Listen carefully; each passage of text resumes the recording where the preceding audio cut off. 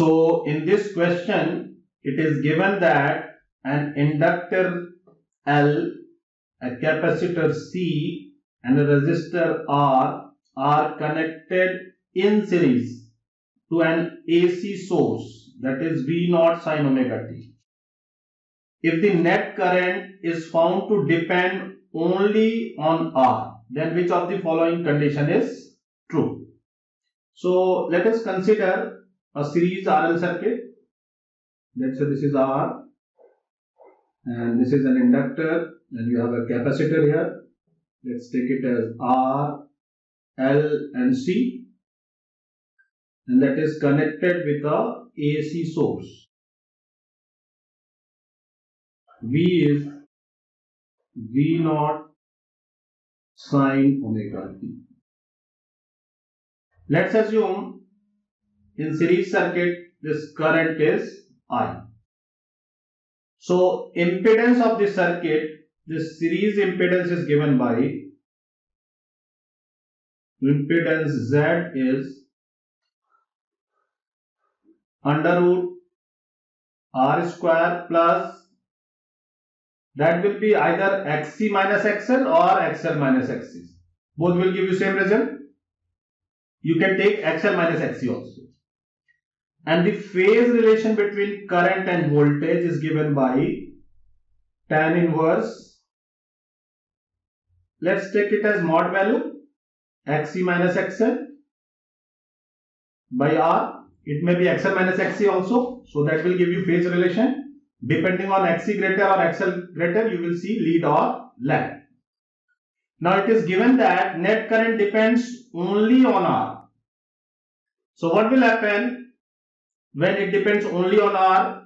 This condition is if XL is equal to XC, this will give you impedance Z is R. And at this particular point, you will also see phase will be 0 degree. So that is the condition. And we know XL is given by omega L, XC is omega C. We have to write only the angular frequency. So omega square is given by 1 by LC. So under this condition, omega is 1 by root LC. At this particular frequency, behavior of the circuit is resistive. So omega is 1 by root LC. Option C is correct.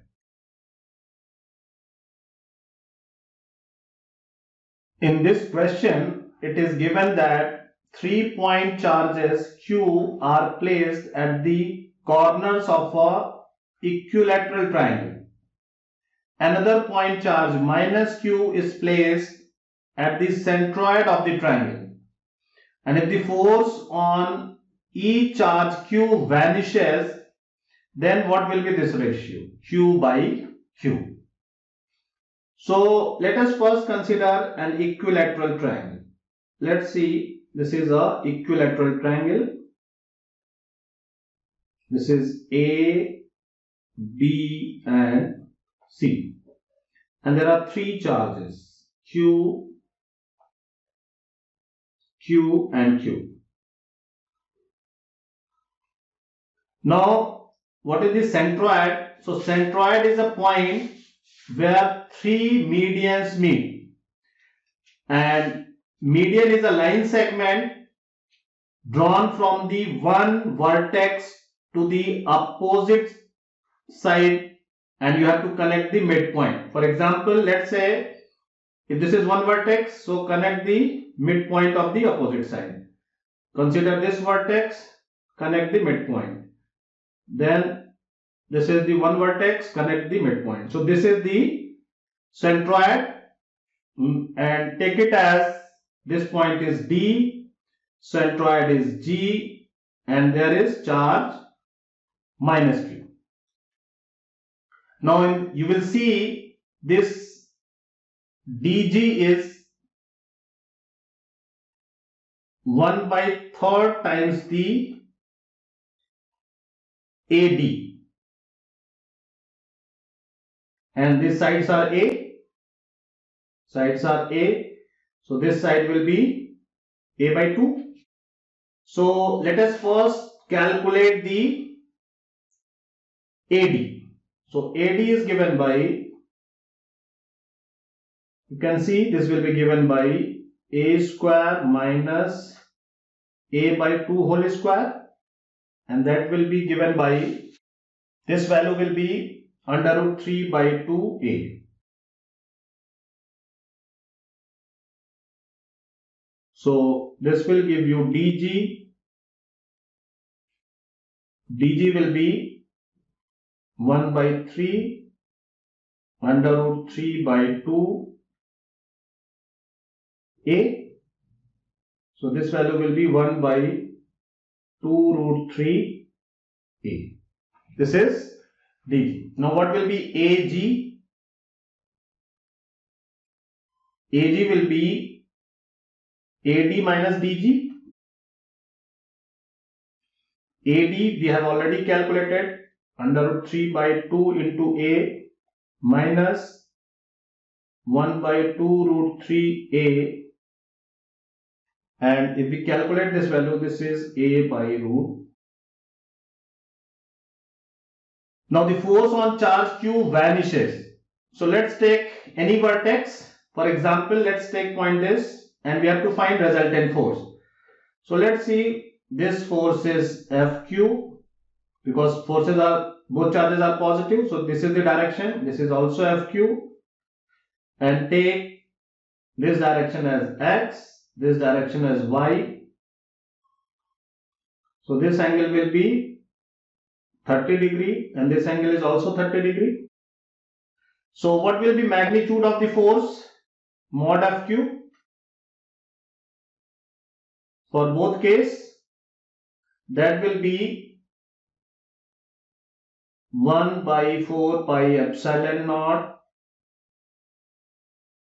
q square by a square, and there will be another force, that will be F minus q, that will be in this direction, because this small q is positive and this is minus q. So this plus q charge will be attracted towards minus q. So this is the F minus q. So what will be the magnitude of force F minus q? That force is again 1 by 4 pi epsilon naught q into q by AD square, and this AD is, we have already calculated a by root 3, so this will be a by under root 3 whole square. Now if we see the resultant component, so in xy direction, this component will be Fq sin 30, and this component is also Fq sin 30. So resultant in x direction will be 0. Fx component will be 0. Now in y direction, we have to see resultant in y direction. And in y direction, Fy must be 0. So for this, we have to take component in this direction. So what will be this component? This is Fq cos 30 degree. And this component is also Fq cos 30 degree. So along y direction, if we equate, we will get Fq cos 30 degree plus Fq cos 30 degree, and that will be equal to F minus Q. Then Fy will be 0.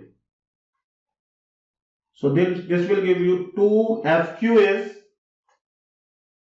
1 by 4 pi epsilon naught q square by a square, and cos 30 degree is under root 3 by 2,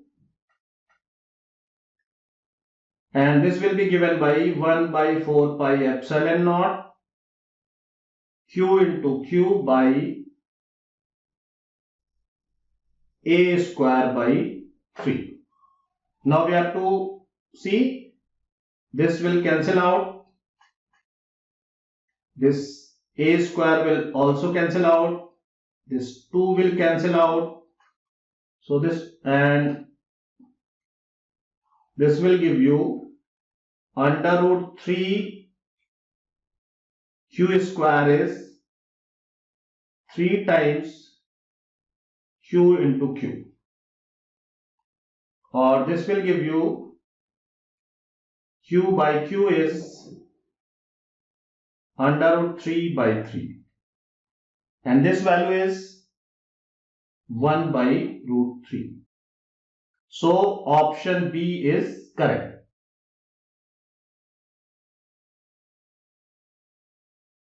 In this question, it is given that 3 infinitely long wires, each carrying equal current, are placed in the xy plane along x is equal to 0, plus d and minus d. On the xy plane, magnetic field vanishes at which point? So we have to find value of x. So let us consider this is the x direction, and one wire is placed at x is equal to 0. You have wire at x is equal to plus d, and let's take another wire at x is equal to minus d, and in each wire current I is flowing, and take this direction as y direction. Now let's take at a particular point P, magnetic field vanishes. So consider this as wire 1, this is wire 2, and this is wire 3, and this distance is x. So if magnetic field vanishes, it means field due to 1 and 2 must be equal to magnetic field due to wire 3, because field due to B1, this direction is inward, and field due to second wire is also inward. According to right hand rule, you can see the direction, and this direction is outward. So if inward force is equal to outward force, net magnetic field will be 0. So let us write the magnitude of the field. B1 is given by mu naught I by 2 pi d plus x, and B2 is given by mu naught I by 2 pi x, and B3 is given by mu naught I by 2 pi d minus x. So this mu naught I will cancel out, and this will give you, this 2 pi will also cancel out, and that is 1 by d plus x plus 1 by x is 1 by d minus x, and this will give you, this is x d plus x, so that will be x plus d plus x, and this is 1 by d minus x. So you can see this will be x 2x plus d into d minus x is equal to xd plus x square, or this can be given as twice xd minus twice x square, that is minus d square minus xd is equal to xd plus x square. Now we can write this as xd minus 2x square minus d square, and that is equal to xd plus x square. Now this xd will cancel out, so this will give you 3x square is equal to d square, or if we solve for x, that will give you plus minus d by root 3. So at this point magnetic field vanishes, So option D is correct. In this question, it is given that the electric field E as a function of x, y, z, t is E naught vector cos 2x plus 3y minus omega t, where omega is a constant with the electric field of an EM wave traveling in vacuum. Which of the following vector is a valid choice for E naught?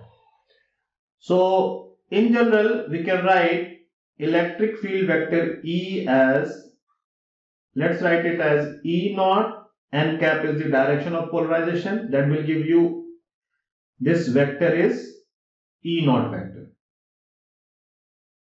cos k dot r minus omega t. So if we compare with the given E, propagation vector k can be written as twice I cap plus 3j cap. Now for transverse wave, because we know that EM waves are transverse in nature, so for transverse wave,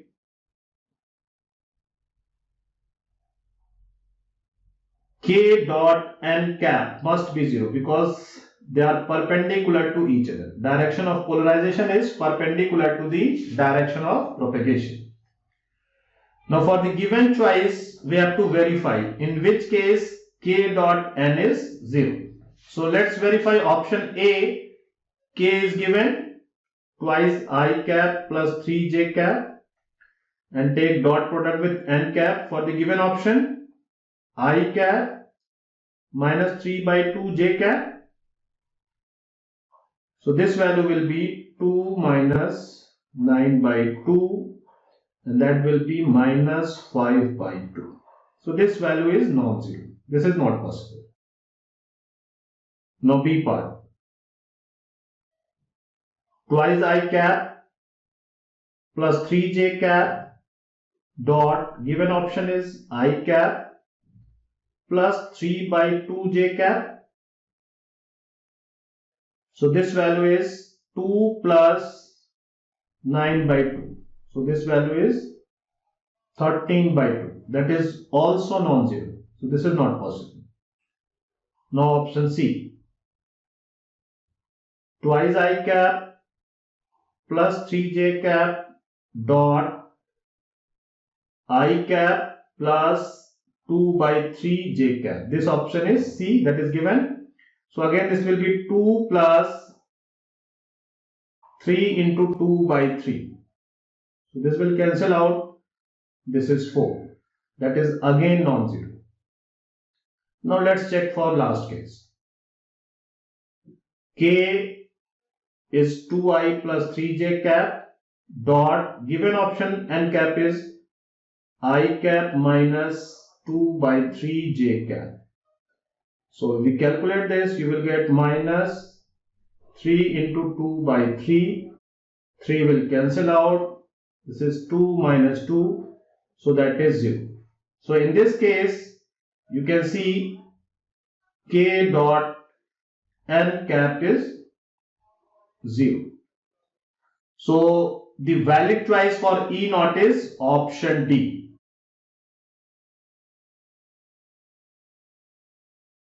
Hello students. So in this question, it is given that the following figure shows the intensity of the interference pattern in the Young's double slit experiment with two slits of equal width is observed on a distant screen. So this profile is given. If the separation between the slit is doubled, and the width of each of the slit is half, then we have to identify the new interference pattern. So 4 options are given. You can see option A, B, and C and D. We have to verify the correct one. So, you know, in a Young's double slit experiment, let's consider this is one slit and this is another slit and this width is small e and we have a distant screen. This is the screen.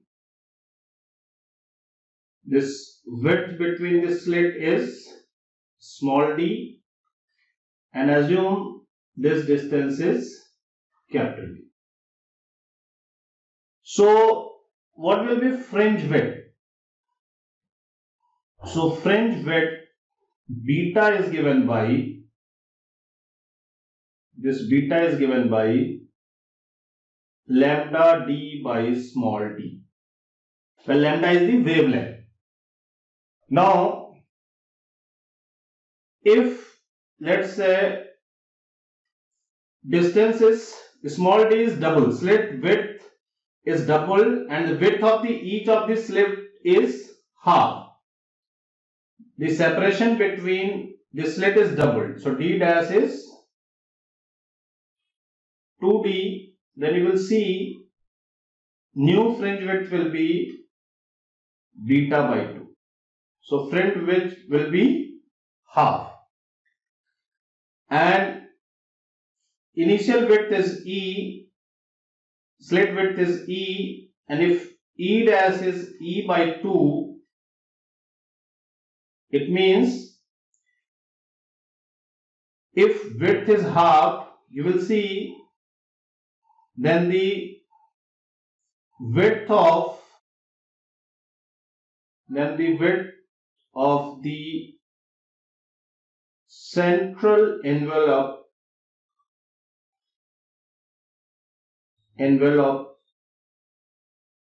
will increase.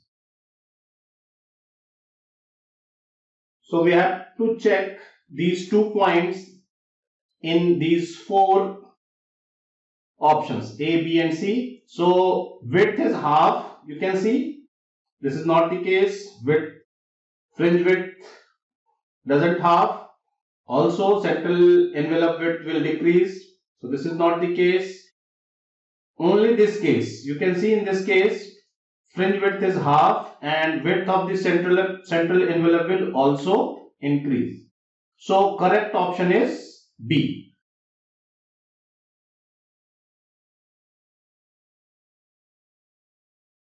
In this question, it is given that a parallel plate capacitor with rectangular plates of length L, breadth B, and the plate separation D is held vertically on the surface of a dielectric liquid of dielectric constant kappa and the density rho as shown in this figure.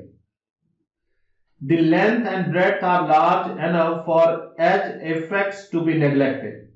The plates of the capacitor are kept at a constant voltage difference V. Ignoring the effects of surface tension, the height h up to which liquid level rises inside the capacitor is. So we have to verify the correct option. Now we know that when a dielectric is placed near a capacitor, it will be attracted into the capacitor, and that electrical force is given by, we can write force on dielectric